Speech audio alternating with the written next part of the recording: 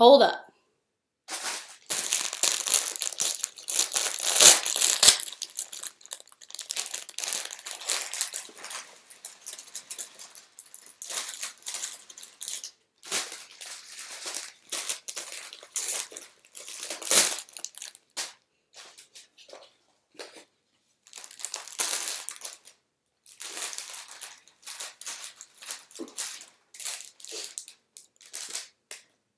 Good enough.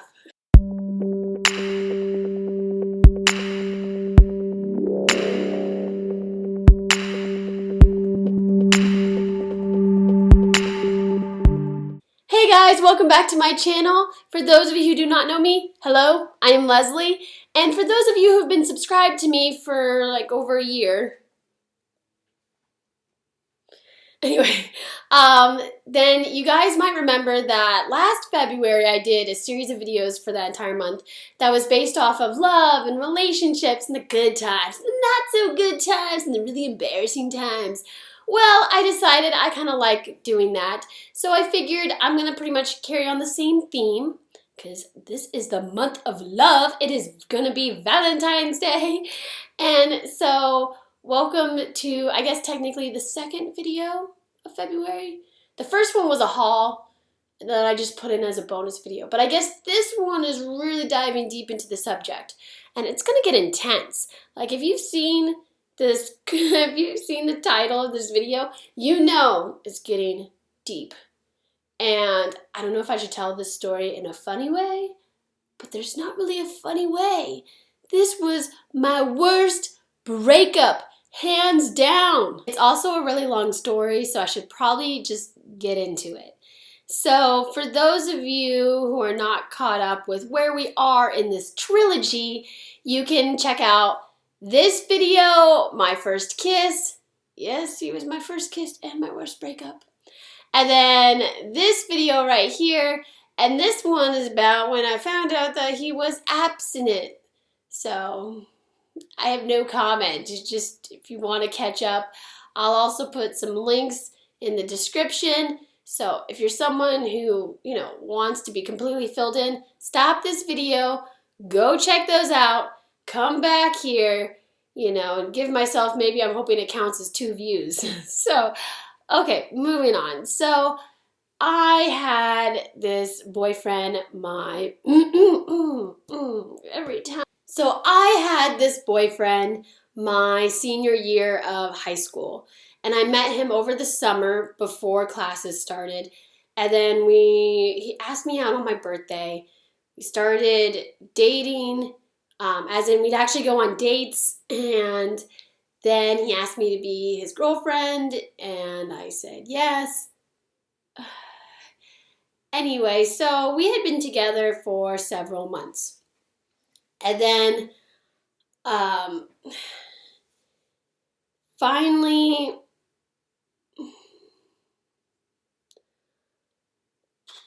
this is hard. So I don't really talk about this much, but there are some personal issues that I've had to deal with. One of them is I have cystic fibrosis. And I've joked about it and I mentioned that.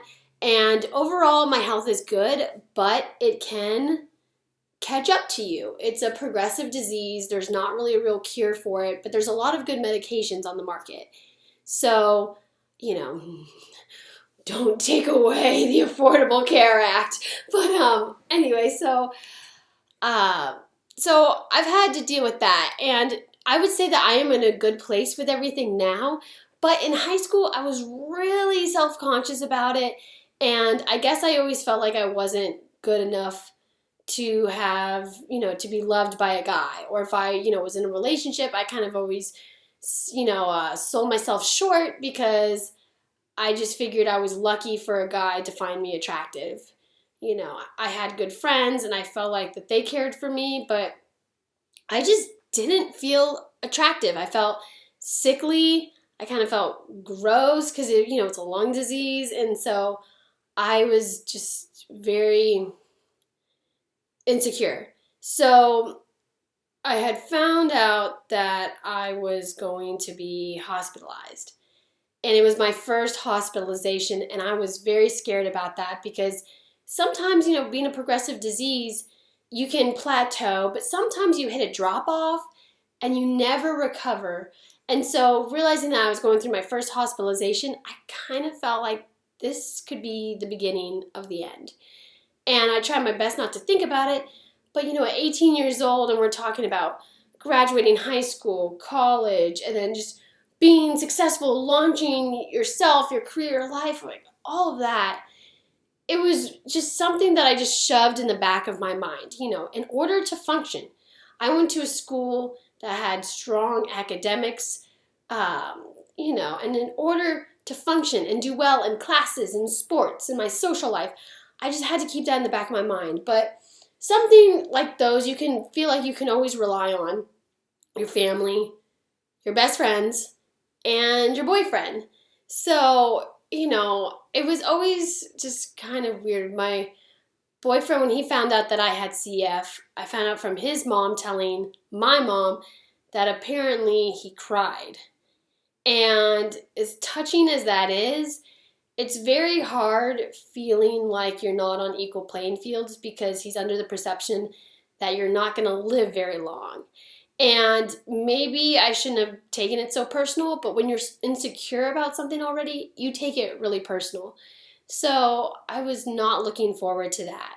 So I had just found out, and so, trying to think how to continue on. So there was a day when, my boyfriend went to a different school than I did, and he had off. I don't know why. But I had school, but by now, senior year, I had a lot of breaks. So he came to visit me for lunch, and then after that, I had a break. And then a cop came. I know this, like the school cop came and said that I needed to come with him. And he wouldn't answer why, and I was terrified, and I had to walk all the way across campus. And I remember just gripping my boyfriend's hand, so scared. Well, I was taken into a room, and my mom was there, so I knew at least everything was okay with her, but I've never seen someone head to toe so red.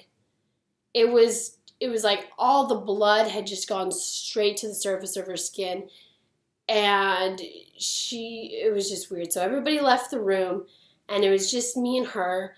And my mom had to sit me down and tell me that my brother had passed away. And it's hard to describe that because people must be like, that was the worst time of your life, and in a sense it was. But when you hear something so dramatic, it's so shocking that the thought of it can't even penetrate you. You're in shock. Like you can't, if I were to go back, there's certain parts that I remember, but so much of it is a blur, and your body is trying to have the shell around you to numb you, that the pain isn't all there. It's the weirdest thing. It was still, hearing the news was the worst day of my life, but this was going to be an uphill battle that I didn't know. So it was just so shocking. So I couldn't even imagine. Like, I can't tell you. So he knows that we're kind of a mess. And so he offers to drive us to the airport because we got to go to where my brother is in college. They were waiting for us. We got like the next flight out. So there was that. So I went through all of that, all of these memorial services and the funeral, and a lot of my family's kind of broken on my dad's side, and so there were certain things that I probably should not have had to do, but I was the only one who could do it. So, like I wrote, it was really dramatic. Like I wrote an obituary, and then I had to do like a slideshow, and it was hard because I just developed this shell. And so what I kind of, but at the same time, even though I seemed more collected than my mom, it's not like I didn't need my family, my best friends, and my boyfriend. So I come back finally from all of that, and immediately it is time for me to go into the hospital. And my mom is not wanting to lose me after that. My brother did not have cystic fibrosis. My brother was young, so I know it's easy to jump to conclusions. But my brother was also sick. He had epilepsy. So that's a whole different ball game. It wasn't drugs, it wasn't suicide. And, I just want to not get too personal with his life, but I'm not going to share on with, leave this misconception of what went on. So back to me, was being in the hospital. I remember I had to get a PICC line, and everyone told me, oh, those things don't hurt. It's completely fine. So what they do is they numb your arm, and then they thread a vein catheter to go up to where your heart is, because the medicine you'll be taking is so strong that not only can it make you go deaf, but it will eat away at the walls of your veins. So it has to handle an artery in order to properly administrate without it harming you. And so I don't know if it was because I was dehydrated, if my body was, reacting, but they went to go put it in, and apparently this all shows on the monitor, so there wasn't a reason for this to still happen. They got into my nerve bed. They could not find that vein, and I remember screaming out in pain because it hurt so badly. This is probably what torture, that prisoners of war, when it's legal or, going behind the backs and doing in states, that's probably what it feels like. Just, they were hitting the raw nerve. It was a nerve bed with a needle going into it, and it would literally make my arm constrict. To this day, I have nerve damage. If you push here hard enough, I get that same electrical shock throughout my entire arm, and it's never was like that before, and it's not like that on this arm. But at the time, for about a year, I couldn't extend my arm. It was as if I was hyperextending something. For, a couple months, I had to kind of keep my arm here to make it feel its most comfortable. And you can't just do that. So in public, I'm letting it hang, but I'm keeping it bent because I can't have it normally straight. I can't hyperextend it. And so that was just so overwhelming. It was a huge ordeal. The next time that they did it, they had to put me under, and it was just very dramatic. So then I have my fruit water. So I remember being in the hospital, and my boyfriend came to visit me with his mom, and I felt I hadn't showered, I'd lost weight, I was pale, I felt I looked even sicklier. I just felt so self-conscious, and it was just a miserable time. Well, our moms were talking, so I kind of wanted to hang out with him a little bit and kind of lighten the mood. So the only they can give, they give you activities, but you're stuck in your hospital room because everybody with CF is on the same floor, and we're all contagious. If we were to interact, we would get as sick as the sickest CFer. And mind you, it's a progressive disease with no cure.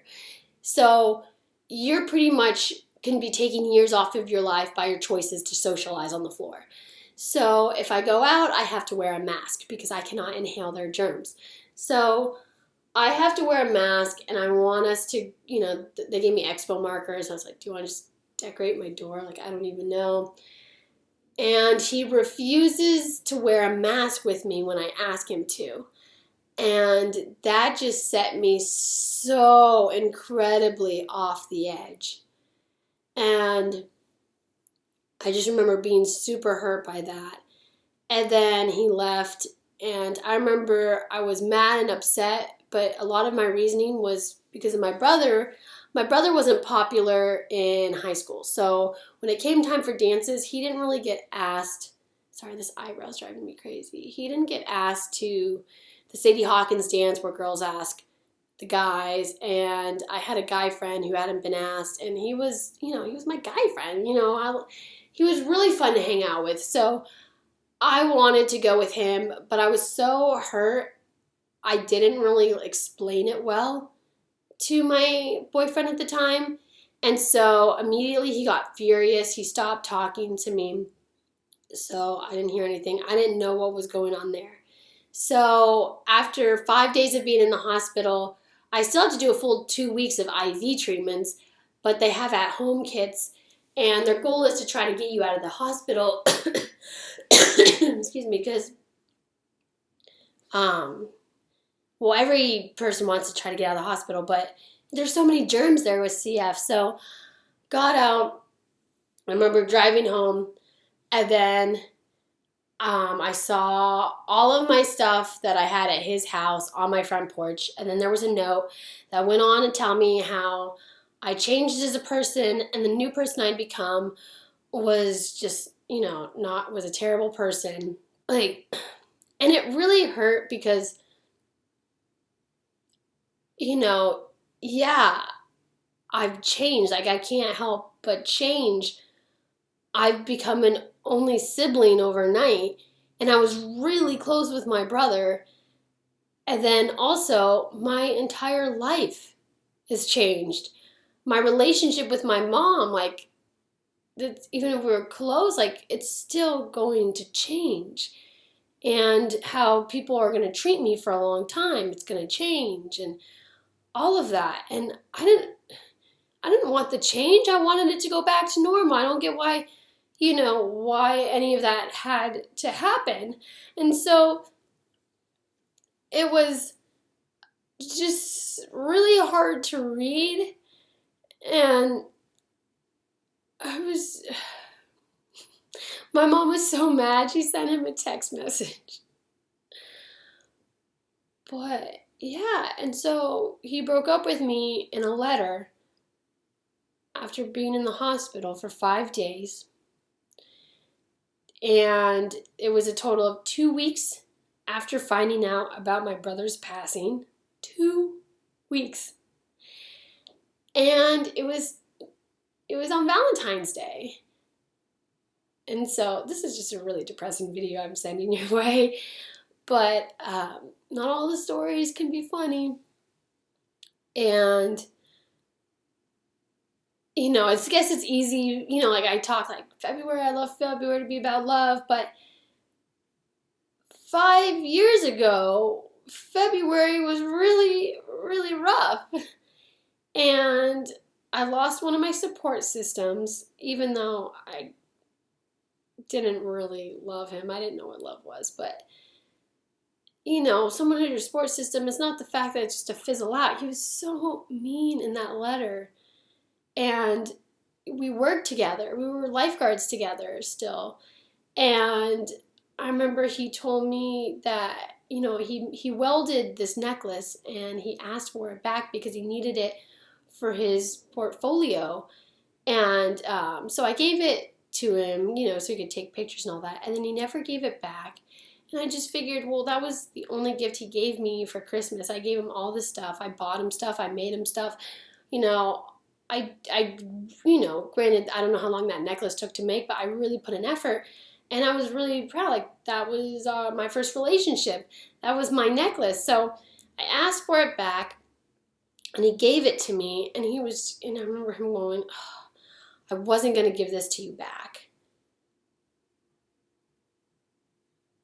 And I just remember, I was still so sensitive. I remember thinking that it was my fault.